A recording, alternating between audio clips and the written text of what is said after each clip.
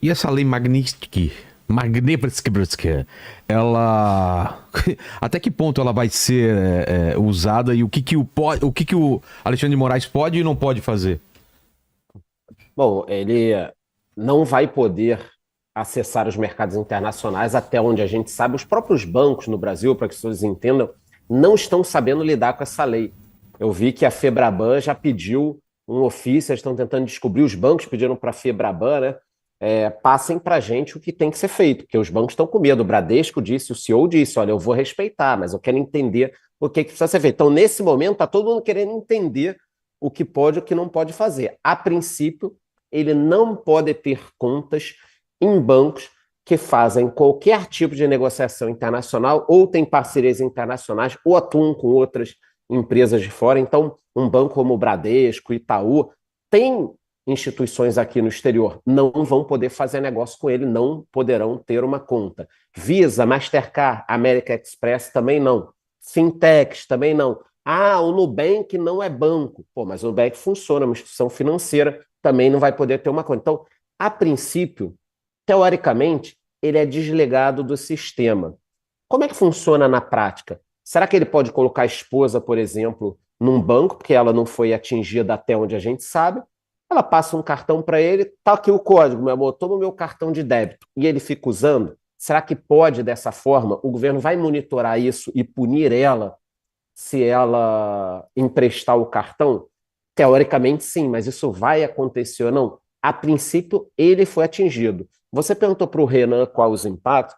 Eu acho que o pior impacto não é para o Alexandre de Moraes. O pior impacto é que se você é um investidor, por exemplo, no Japão, no Canadá, nos Estados Unidos, e estava olhando para o Brasil pensando, pô, eu acho que eu vou abrir aqui uma fábrica de espumante no sul do Brasil. Pô, eu acho que eu vou ampliar a minha fábrica de produtos industriais em Santa Catarina. Pô, estou pensando em comprar um terreno para fazer uma nova fábrica de motores elétricos do lado da WEG, que tem tecnologia. Se você estava pensando isso, abre o Jornal Econômico e vê que tem um rolo no Brasil, que no pior cenário pode desligar SWIFT, outros problemas, não acho que isso vai acontecer. Mas essa hipótese posta afasta investimento. Então, para mim, ele tem um impacto, óbvio, na vida dele tem impacto, mas o pior para a gente. Eu não tenho nada a ver, você não tem nada a ver. A gente estava passando em frente de um cassino, não entrou e perdeu o dinheiro. Eu não tenho nada a ver com esse rolo e eu estou me ferrando, entendeu? Então é meio que isso que está acontecendo. Todo mundo aqui perde, tá? Não pense que você não perde. Pode chegar ao ponto de tirar a gente do Swift do Pode, mas Brasil? não acho que vai chegar, igual aconteceu com a Rússia. Eu sou até meio contra os americanos fazerem isso, porque depõem contra o dólar, né? Você começa a ver vários países sendo tirados do SWIFT. Se eu sou um país, eu já reúno a minha equipe econômica e falo, tracem um plano B. Ah, mas a gente não tá sendo atingido. Pô, mas eu tenho que traçar um plano B. Da mesma forma que eu falo para todo mundo. Pô, o Brasil está vendo aí guerra na Ucrânia, guerra em Israel. A gente tem uma porrada de plataforma em alto mar. Pô, não tem um dronezinho para proteger nossas plataformas? Então a gente está a Deus dará dessa forma. Quer dizer, na minha opinião, essa lei Magnitsky, ela prejudica todo mundo, porque retarda investimento. Se eu queria investir no Brasil, no mínimo eu vou esperar as próximas eleições. E tem um ponto, não sei se vocês concordam, que dado que o Trump tá fazendo uma aplicação específica da Magnitsky, né? A Magnitsky era usada para grandes violadores de direitos humanos. Coisas mais graves. E por mais que eu considere que o Alexandre de Moraes ele vem violando o direito de defesa sistematicamente ali no inquérito dele. Isso é um fato dado. Eu não sei se isso encontraria respaldo, por exemplo, de uma União Europeia hoje. A gente vê declarações, por exemplo, de eurodeputados, em geral de direita, em geral, sabe, da Polônia, aliados ao bolsonarismo. Beleza. Agora, eu não sei se o mundo, eu não tô nem falando do mundo todo, o mundo livre, ele vai achar razoável, que eu acho que é isso que o Charles colocou, o uso da Magnitsky nesse sentido. Isso não é bom para os Estados Unidos.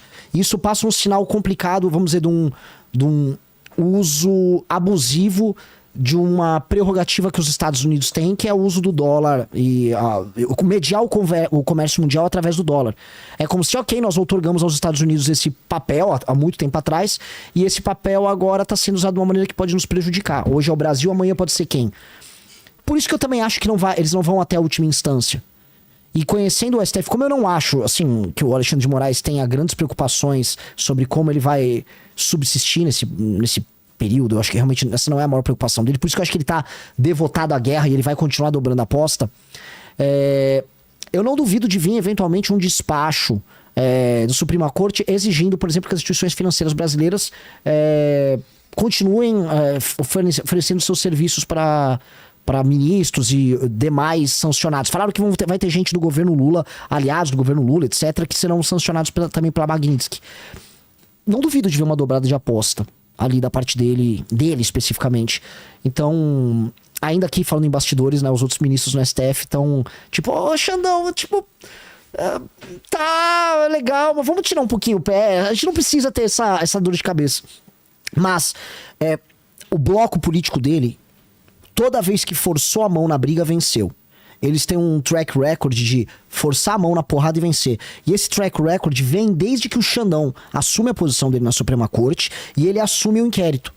Antes do inquérito do Alexandre de Moraes, o STF estava numa posição de descrédito e de perder. A população pressionava o STF, havia campanha sobre impeachment de ministros do STF, havia a CPI da Lava Toga, todo aquele processo histórico que tinha a Lava Jato, em que o STF já era visto com desconfiança.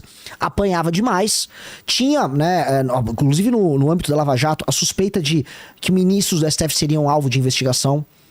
Quando isso tá chegando no STF, surge o inquérito das fake news, e aí o STF muda de uma postura reativa e assustada para uma postura muito agressiva. E essa postura, desde que eles adotaram essa postura muito agressiva e de dobra a aposta, vai pra porrada e é agressivo, eles venceram. E aí esse é um argumento, vamos dizer, que o Alexandre de Moraes usa perante os pares.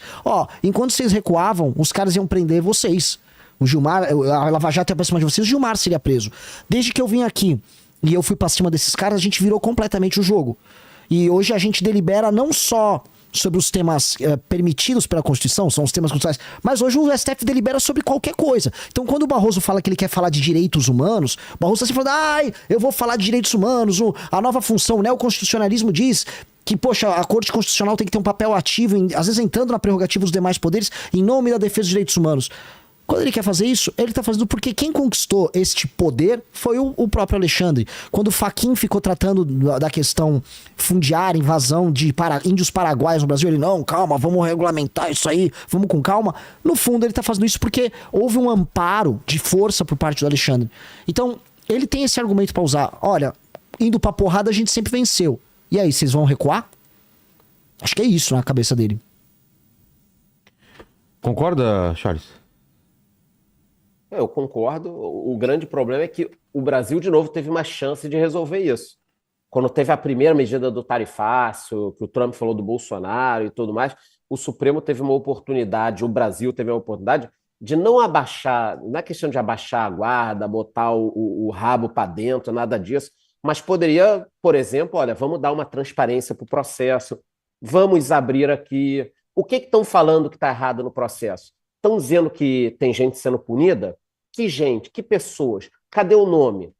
Tem pessoas presas que não deveriam estar presas. Que pessoas? Aonde? Faz uma comitiva, solta os documentos, abre um site com todos os dados, todos os nomes, todos os processos. Acabou. Isso daria transparência. Isso pegaria bem na Europa, isso pegaria bem na imprensa americana. Por que não fez isso? Se está tudo certo, está tudo transparente, não tem nada furando a lei, publiciza. Pronto, transparência total, está aqui os processos. E isso deveria ter sido feito. O que a gente está fazendo? Dobrou a mão. É muito poder para pouca gente. Acho muito difícil agora, até devolvendo logo para você, acho muito difícil alguém colocar de novo o gênio dentro da lâmpada. Tiraram o gênio para colocar agora. Não existe isso de redução de poder, de uma autorredução, não. Eu tenho muito poder, os ministros, nós temos muito poder, agora a gente não quer ter mais poder. Até para isso que tem outras casas, tem gente que pode ter algum poder para resolver isso. Foi esticando, agora não tem quem empurre de volta. Esse é o problema, não tem quem empurre. Os poderes estão tem uma distorção muito grande ali das relações. Tem um ponto, assim, dá pra fazer um gancho disso com o Trump também, né? Se a gente for olhar quem é o inimigo, não só do Trump, mas quem é o inimigo dessa direita que vem ascendendo ao poder na Europa e nos Estados Unidos.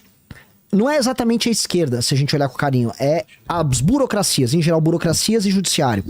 O grande inimigo estrutural, tá, do avanço dessa direita é a ideia de que essas nações que são democracias em conflito, e todas as democracias no Ocidente estão em conflito, então são minorias brigando com a população, com a classe média, tem conflito, a população branca nativa brigando com imigrantes que chegaram, aí movimentos de mulher, enfim, todos aqueles elementos que a gente já conhece bem. Então, como as democracias são hoje basicamente uma guerra de todos contra todos, e como, em geral, via de regra, a direita vem vencendo e vem ganhando poder, a burocracia, fazendo uso do judiciário em nome de uma suposta garantia de direitos humanos, eles se arrogam um superpoder para desconstruir, ora, partidos de direita. Então, tem o partido AfD na Alemanha, que é aliado do Trump, veio aquela ideia de desconstituir ele, porque poderia, com o discurso dele anti-imigração, lembrar aquele regime do cara do bigodinho, né? A Inglaterra está fazendo um uso extremamente autoritário do judiciário. Na verdade, o caso inglês é o caso mais próximo do brasileiro, do uso do judiciário de maneira draconiana para perseguir usuários de redes sociais. Nesse sentido, o discurso do Trump, imagino que será similar ao do Brasil nesse enfrentamento à Inglaterra. E como essa burocracia nos Estados Unidos é grande parte do problema, tanto que o próprio Trump já falava, né, da burocracia americana, que ele não conseguiu governar porque essa burocracia, o tal do Deep State, não deixava. Este é o inimigo natural deles. As burocracias fazendo esse discurso supostamente direito humanista, aumentando o poder através do judiciário. Essa é inimiga do aliado dele aqui no Brasil, que é o Bolsonaro, do Milei na Argentina, dos partidos aliados dele na Europa. E há uma questão quase de projeção de poder do Trump, desconstruindo esses caras e dando uma porrada muito forte neles em todos os lugares que ele pode dar essa porrada. E essa vamos dizer assim, a grande luta política do nosso tempo. As pessoas falam muito esquerda, direita, o Lula versus o Bolsonaro. Não é exatamente o Lula, assim como não é exatamente a esquerda alemã. A gente está falando de um aparato burocrático, autoritário, que quase sempre tem um judiciário, que usa ONGs de direitos humanos, que busca lutar contra resultados da urna, falando que toda vez que vem um resultado da urna que eles não gostam, que esse resultado é necessariamente fascista. Então eles falam que há uma ascensão do fascismo em todos os lugares, que isso está tirando direitos humanos, e aí a burocracia com o judiciário cruza a linha que as próprias constituições deles permitem e começam a atuar. O caso brasileiro, por que o caso brasileiro é muito importante, imagino eu, pro Trump dar uma porrada? Porque o Brasil, e isso é aberto, o Alexandre de Moraes, companhia, está falando assim, olha, mundo, nós temos uma fórmula aqui para calar esses fascistas. A gente achou uma fórmula, a gente enfrenta a rede social aqui, cria um inquérito assim, assado, e aí a gente vai para cima dos fascistas, e aí você garante o funcionamento da democracia. Teve uma parada que foi muito estranha. O Brasil propôs isso, só que quando você pega as notícias do New York Times ou publicações europeias, o Alexandre de Moraes não foi elogiado. Muito pelo contrário, a fórmula brasileira que ele criou, que inclusive foi a monografia dele para a USP agora. Eles viram isso como autoritário, draconiano e como uma alternativa que eles não adotariam. E isso isolou eles nesse projeto que eles tinham. Mas ainda assim, eles tentam projetar esse tipo de poder para fora, esse tipo de solução. E um detalhe recente que a gente teve foi a ida do Alexandre de Moraes para um daqueles eventos que o Gilmar organiza em Portugal. E ele falou o seguinte: século XIX foi o século do legislativo no Brasil. O legislativo era muito forte. O imperador, né, ele tinha as ações deles mitigadas pelo legislativo. Século XX, muito por conta dos golpes que a gente teve em série, e especialmente na primeira metade do século, um papel muito forte do executivo, Vargas e tal, foi o século do executivo, e ele falou, agora o século XXI, em nome da defesa dos direitos humanos, é o século do judiciário, e que o judiciário terá mais força. Então eu acho que tá bem claro o recado, e eu acho que tá bem claro o enquadramento dessa turma e do Brasil como inimigo não só do Trump, mas do movimento de direita internacional. Quero aproveitar o Charles aqui, porque ele vai ficar nessa primeira parte que a gente tá falando mais de tarifaço, e mandar umas perguntas do chat para ele. Tudo bem, Charles? Tudo. Posso antes só falar Claro. segundo do Deep State que o Renan falou? Manda. Quem começou a desmontar isso muito bem na economia foi o Elon Musk. Quando ele comprou o Twitter, não sei se vocês viram, ele tirou 80% dos funcionários e o negócio continuou funcionando até melhor. E o Trump, quando assumiu e agora desmontou a USAID, se vocês vissem as imagens ali, para quem puder pesquise, da turma que trabalhava no governo decidindo políticas públicas, saindo com as caixas e com tudo dos prédios, cara, é um negócio impressionante. Parece que você abriu a porta de um DCE de universidade pública, cara.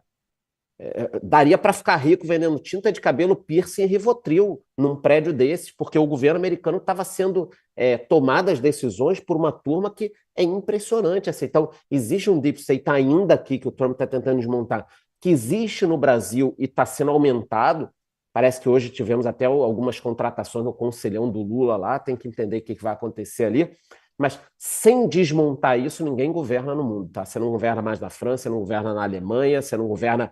E foi essa turma que cagou, por exemplo, a Europa, reduzindo usina nuclear, reduzindo até própria energia elétrica, reduzindo gás no próprio país, reduzindo retirada de petróleo, enquanto a China queimava carvão como nunca. Então, hoje aqui nos Estados Unidos você não governa se não desmontar essa máquina, e no Brasil é impossível governar sem isso. É impossível. Você não vai governar sem desmontar essa máquina. Pode fazer as perguntas aí. Manda. Obrigado, Joel.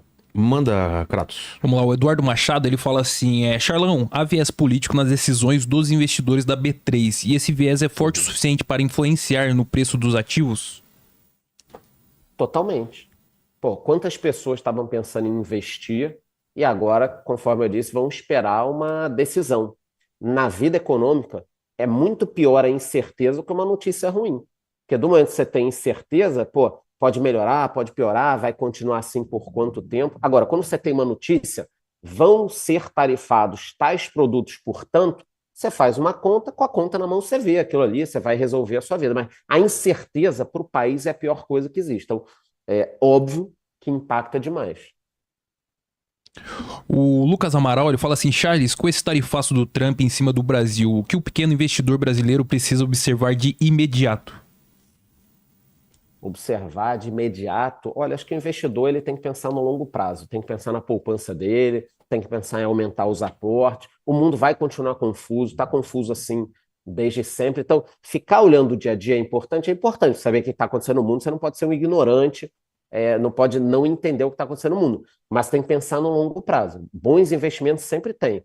Eu não gosto do juro tão elevado, mas ele acaba causando uma distorção que você pode ir para a praia ganhando 15% ao ano, com um risco relativamente baixo no tesouro.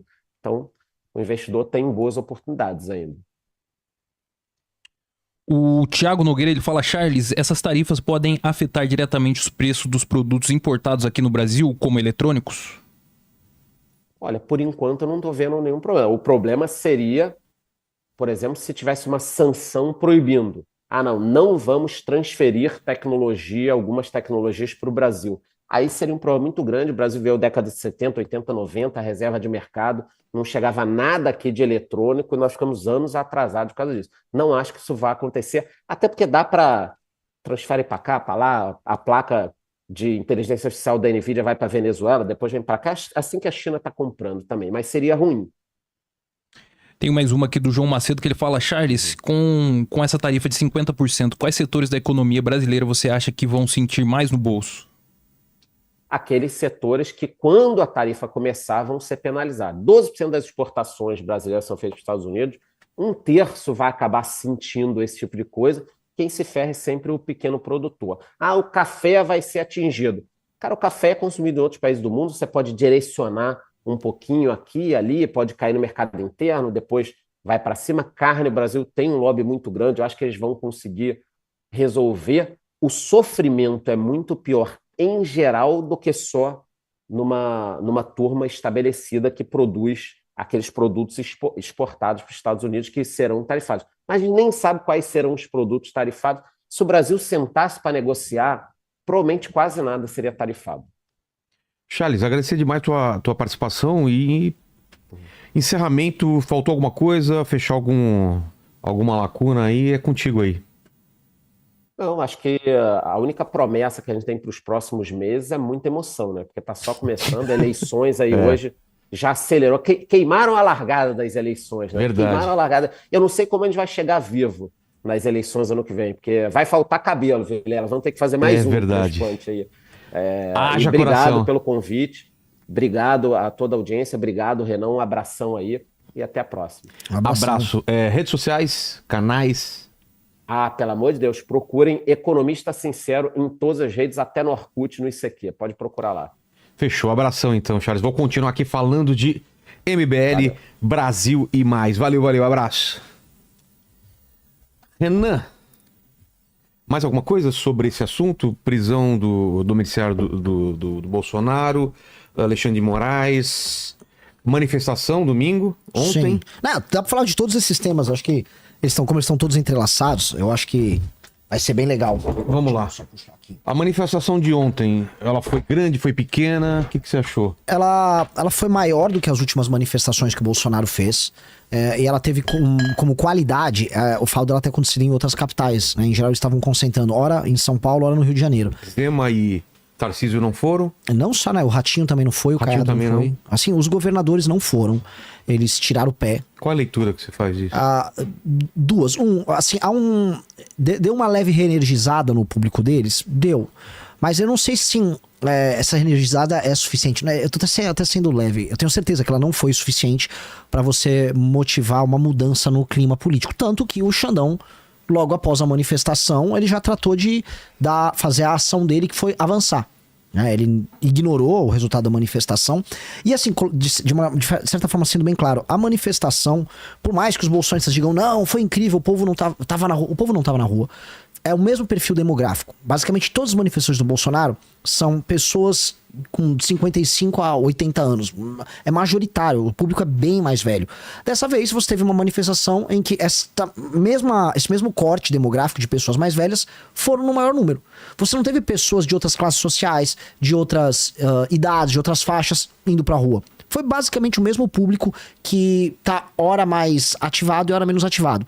Por uma coisa dramática que a gente tá tendo, que é como se fosse, vamos dizer, o apocalipse, a batalha final lá, quando o Thanos... Eu nem lembro quando era o Endgame, não lembro do Avengers. Lembra o nome? Ultimato e Endgame. Então, ali assim, ó, eles estão indo pra batalha final e na batalha final a galera sabe, foi uma galerinha. Só que isso poderia ser mais poderoso se, vamos dizer, institucionalmente os governadores estivessem presentes. Porque esses governadores, eles querem se colocar como os sucessores do Bolsonaro. O Caiado, o Ratinho, o Zema, o Tarcísio, e nenhum foi. E nenhum foi por duas razões. A primeira é que, assim, o Eduardo Bolsonaro tá passando por cima, com essa briga toda, deles. Eles tinham feito um arranjo entre eles, e eu vou entrar até um pouco no mérito. Eu acho que o Eduardo, pensando nele próprio, na própria sobrevivência política dele e da família, ele tá fazendo um jogo que é egoísta, mas talvez seja um jogo certo, porque a estratégia desses governadores, Tarcísio, Zema, Caiado, etc., era ter um bolsonarismo sem Bolsonaro. Vamos fechar todo mundo, ver quem vai ser o candidato. Era o Tarcísio. Vamos fechar os partidos do Centrão, todo mundo, uma candidatura única aqui e tal. E vamos ganhar a eleição com o apoio do Bolsonaro. E depois, sei lá, o cara dá um perdão presidencial pro Bolsonaro preso. Isso seria uma forma de você ter o eleitorado do Bolsonaro, com o endosso do Bolsonaro, mas sem os Bolsonaro. E assim, vamos dizer, a direita passaria o bastão pro Centrão desse público, né? O Eduardo, ele meio que chegou e jogou água no chope dessa brincadeira. Pois é. Ele jogou água no chope. E aí eles não foram... com clara ambição de concorrer, né? Sim. Ou no mínimo de obrigar eles a fazerem uma defesa clara e explícita, um racha em nome do pai. Tá. Os governadores não fizeram isso.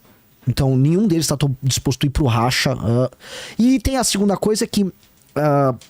os governadores e todo mundo, mesmo os políticos, perceberam que essa estratégia não está popular, pelo menos no curto prazo. A ideia de que o Brasil está apoiando o Trump enquanto presidente dos Estados Unidos nos tarifar, porque isso vai nos salvar de uma ditadura, é uma ideia que, assim, a maior parte das pessoas não comprou. Pelo menos as pesquisas todas mostram isso.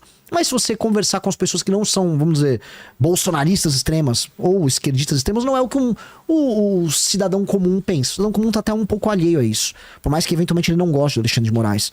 Então, eles estão também evitando o desgaste político. E uma terceira coisa, acabei até esquecido. Eles não vão se indispor de tal maneira com o STF indo num ato que é explicitamente contrário ao STF, é um ato já de meio que fora Xandão. Então eles fizeram uma escolha, eu acho que eles vão pagar um preço político por essa escolha, mas esse esvaziamento e o fato de não ter sido uma manifestação gigantesca, eles dão um tom, vamos dizer, de um ato que até foi um pouco melhor, mas não vai gerar efeito positivo nenhum pro Bolsonaro. E o Nicolas indo lá? O Nicolas, ele vinha tendo um problema Ele estava sendo cobrado, né? demais. Então ele foi cuidar da própria imagem. Ele foi lá, fez um discurso, fez a manutenção desse público. Ele estava muito pressionado e vai voltar para casa dele e vai continuar tocando a carreira dele só pensando nele, que é o que ele faz. O Nicolas, os bolsonaristas estão descobrindo que o Nicolas, ele é aquilo que todo malandro bolsonarista é. É o cara que vai usar o Bolsonaro, vai pegar os votos e vai torcer pro Bolsonaro sumir pra ele ficar com os votos e o eleitor, mas não ter o Bolsonaro enchendo o saco dele. Que era o que o Marçal... Era o plano do Marçal. Exatamente. Não só do Marçal, assim. Se for pegar a maior parte dos bolsonaristas, os deputados eleitos, pensam assim. Eles pensam assim. Até porque, assim, se for falar em termos de convicção, quais são as grandes convicções desses caras? Quando a gente vê o trabalho parlamentar desses deputados lá em Brasília, o que esses caras estão lutando? Né? Eu tô, assim, hoje eu perdi a cabeça, cara, sobre esse negócio da COP.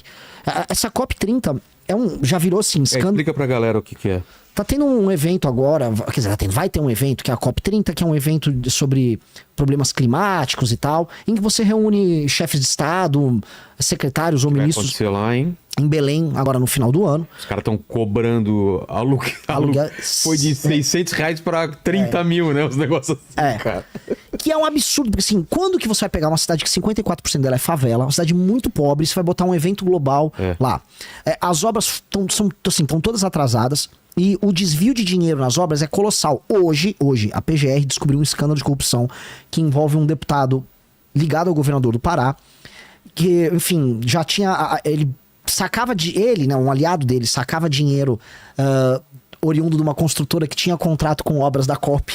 E ele estava usando esse dinheiro para comprar voto na eleição de 24. Ou seja, já ano passado já estavam usando dinheiro roubado para comprar voto. Então essas obras estão atrasadas, estão tendo corrupção. Belém é um favelão. Assim, às vezes o pessoal de Belém fica bravo comigo, mas Belém é um favelão, mais de metade da cidade, 54% é favela. E em vez de investir em infraestrutura para as pessoas de Belém, criaram a ideia de, tipo, não, o mundo vai conhecer o tacacá, não sei o quê. E quem é que tá indo ver a COP? Que essa é a parte que me deixa mais pé da vida. Ongueiros do mundo inteiro, que são contra o Brasil explorar o petróleo da margem equatorial, que fica ali no Amapá. Então, ongueiros que não estão, vamos dizer, defendendo a soberania do Brasil. Eu gosto muito que esses caras falam de soberania, mas a soberania ali não existe. Ongueiros que são contrários a, sei lá, você tem uma conexão via estradas de Roraima com o resto do Brasil. Não, vai passar numa reserva e aí isso acabou tudo. Ongueiros que lutam bravamente para que o Brasil não tenha uma legislação sobre licenciamento ambiental mais moderna para o Brasil fazer obra. Ongueiros que toda vez que o Brasil vai falar em infraestrutura ou o Brasil quer exportar uma coisa com o agro, estão sabotando o Brasil. Então tem um evento de sabotagem do Brasil acontecendo em Belém do Pará, com corrupção, com um deputado federal envolvido nisso, e eu não vejo essa bancada de patriotas do bolsonarismo falando uma vírgula sequer disso aí. Esse é o maior escândalo desse ano, junto com o DNSS, claro. Mas é um escândalo, vai acontecer. Países do mundo estão falando, não dá pra ir pra Belém, que é o que sempre pra quem não sabe, é o que o Vilela falou agora. Como não tem infra, pra você alugar um apartamento, um quarto... Airbnb, sei lá o quê. Tá coisa tipo assim, 10 pau, 20 pau, 30 pau. Tem assim, vou alugar uma semana, 120 mil reais. E muquifos, lugares assim que, assim, você vai sair com pulga. Assim, mostrar as fotos é um negócio horroroso. Estão falando agora, o governo do Pará, desesperado, tá falando em pegar uma obra da Minha Casa Minha Vida e usar os apartamentos como hotel pros caras. É ridículo, cara. Esse é um troço, você fica abismado. E o Brasil vai pagar esse mico internacional. Por que a oposição não fala nada? Por que eles não estão... Eles vão pedir amanhã a cassação desse deputado? Ninguém fala nada, cara. É uma oposição muito lerda. Mas a Alcione mandou uma macumba aí pro Trump, o pessoal tá falando aqui, né? Você viu essa ou não? Não vi. A Alcione mandou... O pessoal tá falando aqui que mandou uma macumba pro Trump. Mas da manifestação é isso, então.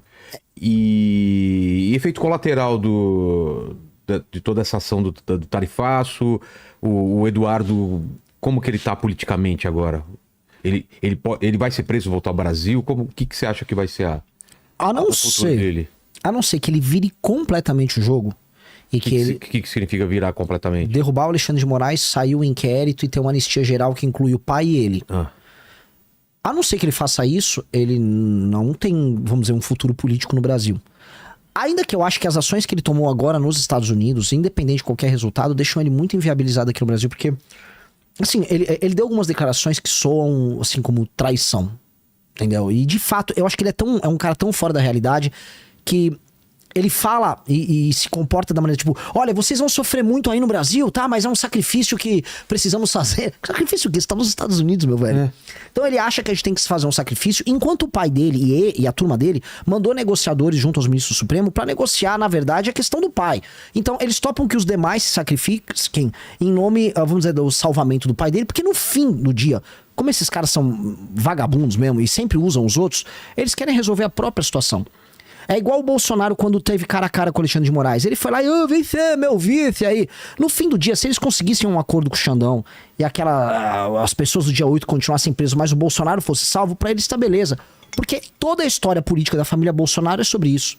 É sobre usar os outros e se salvar. Usa os outros, cuida do dele e o jogo segue. Então, pô, Eduardo, realmente eu não sei como vai ficar. Eu tendo a achar que ele não tem mais futuro político no Brasil. E pra família Bolsonaro talvez seja uma medida desesperada, dado que a prisão dele tinha até data, né? Falavam que a prisão, de fato, iria acontecer em setembro. Ah, é? É. Eu não sei se o Xandão vai, vamos dizer, trazer a valor presente. Ele vai adiantar agora pra agosto, mas... a não ser que veja justamente uma salvação ali dos Estados Unidos, a situação tá muito difícil pra eles. Muito difícil. E o cenário político pra 2026 já começa a ficar muito bagunçado. Então isso que eu ia falar. O Haddad que falou que vai ser o Lula mesmo. Tem muita gente achando que vai ser e tem gente apostando que ele não vai arriscar fechar a carreira dele política com uma derrota. Uma possível derrota, né? O que você acha? Você acha que o Lula vai? A situação do Lula é uma situação peculiar. O Lula, ele pensa muito agora no legado dele. Eu acho que de fato ele pensa no legado enquanto imagem. O Lula é um sujeito vaidoso. Desde o começo do... Pensa a cabeça dele, cara. O Lula é um cara que pensa que o mundo gira ao redor dele, né? Ele terminou o mandato dele lá em 2010 com o Obama falando, ele é o cara. Na verdade, ele é o meu cara, mas tudo bem, o Lula vendeu que ele é o cara. Que, trouxe a Copa, tal, o Brasil cresceu. A gente sabe o que deu aquele crescimento, né? É um crescimento de mentira, o Brasil se ferrou e a gente tá quebrado por conta das decisões daquela época até hoje. Mas, no fim do dia, o Lula, enquanto um cara vaidoso, ele se imagina como... um cara enviado por Deus, né? Ele, na prática, foi preso, ele disse que foi preso injustamente, aí de repente ele é solto, e aí ele ganha a eleição. E aí ele ganha a eleição, casa com uma mulher mais nova, e ele falou, agora eu vou fazer meio que as coisas do meu jeito. Eu acho que boa parte dos erros que a gente tá vendo nessa questão com o Trump tem a ver com o Lula ter escolhido que esse mandato fosse um mandato em que ele daria uma cara muito particular. E ele tá meio que sem filtro, né? Assim, o Kim tem acesso a alguns interlocutores do governo que dizem, o Lula e a Janja estão sem filtro, falam o que querem, tomam decisões que às vezes o PT não concorda, às vezes, sei lá, a chancelaria, o Itamaraty não concorda. Ele sai fazendo as coisas e, cara, ele tá um pouco ligando para as consequências. Onde eu acho que entra essa situação de 2026? O Lula tá gostando de talvez terminar a carreira dele num grande ato de enfrentamento aos Estados Unidos. Como se fosse, viu, eu sempre fui esse líder popular, de esquerda pra América Latina que vocês imaginavam. Porque ele sofre dentro do PT e dentro das esquerdas no Brasil uma pressão muito grande por toda vez que ele chega à presidência da República, ele chega com um discurso, vou enfrentar os bancos, vou enfrentar as elites, e ele cede no final. Ele sempre faz um concerto, um arranjo com essas elites, e ele governa com o banco. Assim, o banco nunca lucrou tanto quanto os governos do PT anteriores, e agora nesse governo, a gente lembrar, ele fazia reunião na casa da família Setúbal, lá do Itaú, e tinha apoio da Trajano, ou seja, grande empresariado, o BTG Pactual participava. O Lula sempre foi amigo desse grande capital, e a esquerda denunciava ele por isso, e talvez tentar um grande finale agora, com um discurso anti-americano, se colocando como, eu sou o líder dos fracos que enfrentam os Estados Unidos. Talvez seja esse ato final. Um grande finale. Se esse grande finale encerra ele de maneira impopular e ele não participa da eleição, mas entregou, vamos dizer, o discurso de esquerda, aí ele passaria a bola para um candidato sucessor. Mas ele não fez isso. Em tese, o PT quer o Haddad. Não. Vai explicar pra eles. Eles acham que o Haddad é um puta cara. Não, mas eu não vejo esse movimento, né? Nem dentro do PT. Dentro do PT tem. Teve aquele... Estavam fritando o Haddad no começo do ano, Sim. com memes e tudo mais, e o PT meio que parece que deixou. Você não sentiu isso? Mas o PT de São Paulo, o grupo do Lula, considera o Haddad o nome, vamos dizer, natural pra sucessão. Porque assim, o PT tem as alas, né? Agora o próprio Edinho do PT tá assumindo a presidência. O PT tem as alas, ele tem os grupos.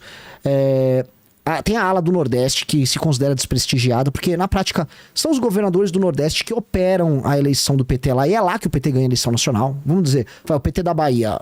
Quem vira o jogo eleitoral pro PT é a Bahia. A Bahia dá uma baita votação, o estado tem uma população grande, e eles não têm o mesmo prestígio que o grupo de São Paulo. Então, tem essa pressão, tem essa briga, mas no fim do dia... vai ser o quê? O Rui Costa? Não é, ele nem tá com esse prestígio para isso, nem na parte de articulação política do governo ele não foi bem. Então o PT, assim, o caminho natural vem sendo o Haddad. O que eu acho bom pra gente que é inimigo do PT. Assim, acho que a gente tô colocando aqui como... Por quê? Porque ele não tem chance, certo? Porque eu acho ele muito ruim, vai ser muito fácil enfrentar ele. Vai ser muito fácil e ele vai ter que carregar um monte de pedra nas costas, que foram as decisões políticas dele, que ele não vai saber explicar na eleição. Como não soube quando foi um prefeito ruim de São Paulo, explicar a gestão ruim dele, prefeito de São Paulo, e ele perdeu no primeiro turno. Então, que bom, espero que seja o Haddad, espero que eles cometam esse erro. Se não for, né, tem... O Lula, você acha que não vai mesmo? O Lula só iria em condições especiais em que ele... É que ele não perca a eleição, né? O Lula não vai ir numa eleição pra... Se for pra terminar, que ele termine ganhando a eleição, Como entregando o legado. Pesquisa agora? Eu sei que não vale muito pesquisa tão longe das eleições, mas tá meio empate técnico, né? Tá porque assim, houve esse... Tarcísio com... as pesquisas dão, vamos dizer, Tarcísio, Michele, o próprio Jair Bolsonaro vencendo o Lula. No segundo turno? Não. E, no geral, é esse o cenário, porque o Lula tava muito mal, tava desprestigiado. Se a gente fosse pegar as pesquisas até o começo do ano, até o eleitorado do Nordeste do Lula tirou o pé. Então, o eleitorado do Nordeste tira o pé, como é que... Eles pegaram o Sidônio, que é o marqueteiro dele, botou o Sidônio, vamos mudar a linha, então, vamos dar energia elétrica de graça, bolsa gás, toda aquela política populista clássica do PT. E chamar também os influenciadores, né? Teve reuniões. Exato. E aí? E é uma Isso tentativa. Funciona? Eu não sei se funciona. Acho que eles tiveram um efeito positivo com influenciadores nas eleições, aquela coisa com o Felipe Neto, nas eleições. Que abandonou o barco. Né? E ele meteu o pé pra fora, o uso da Mind8, o uso daquelas agências pra divulgação de conteúdo para o governo. Agora, nesse lance do IOF, eles começaram a fazer os vídeos com inteligência artificial. Cara. Foi constrangedor. Coisa estranha. Foi zoado. Mas você vê que agora, com essa treta com o Trump, o discurso foi meio alinhado, né? De patriotismo, né? De resgatar um patriotismo. Não sei se isso funcionou, não sei se já tem pesquisa sobre isso. Porque o Lula diminuiu a rejeição, aumentou a popularidade, não sei, mas não foi muito, né? Você sabe quanto foi? Houve uma pequena melhora na popularidade do Lula. Saiu uma pesquisa do Atlas, mas a pesquisa já mostrava que havia uma tendência de queda da rejeição e um aumento da aprovação antes mesmo da briga do tarifaço. Então tinha uma pequena recuperação do Lula ali acontecendo, uma reversão de tendência leve. Então não sei, assim, eu não cravaria que é apenas por causa disso, porque já vi uma tendência, e 2, eu não acho que isso vai durar no longo prazo. Eu não acho que essa briga, vamos dizer, o Lula vai ficar ganhando com esse discurso soberano. Até, sei lá, meio do ano que vem já... Até porque se vier consequências econômicas graves pro Brasil, ou mais ou menos graves, o Charles fala ali, olha, o Brasil é um país isolado, no fundo a gente tá falando de 12% da exportação e o que teria problema seria 1/3 disso, ou seja, 4% da pauta de exportação. Então meio que, né, essa não seria a maior consequência, mas a gente não sabe o que os Estados Unidos vai fazer. Se o Brasil ficar batendo o pé, talvez os Estados Unidos batam o pé e eles dispõem de muito mais ferramentas para lenhar a gente. Então, eu não acho que no médio prazo o Lula ganhe muito com isso. Mas é o que ele tá apostando. Na verdade, o Lula acha, e você vê até pelo vigor dele, ele ganhou uma energia. Ele acha que ele ganhou uma causa, né? Então, finalmente tem uma causa. No mínimo, ele tem uma desculpa. Tipo, a economia tá mal. Já tem uma desculpa pra justificar. O bode expiatório. Foi o Trump atacou, mas não deixei atacar a soberania do Brasil. A imitação do Bolsonaro é melhor do que a do Lula, não é?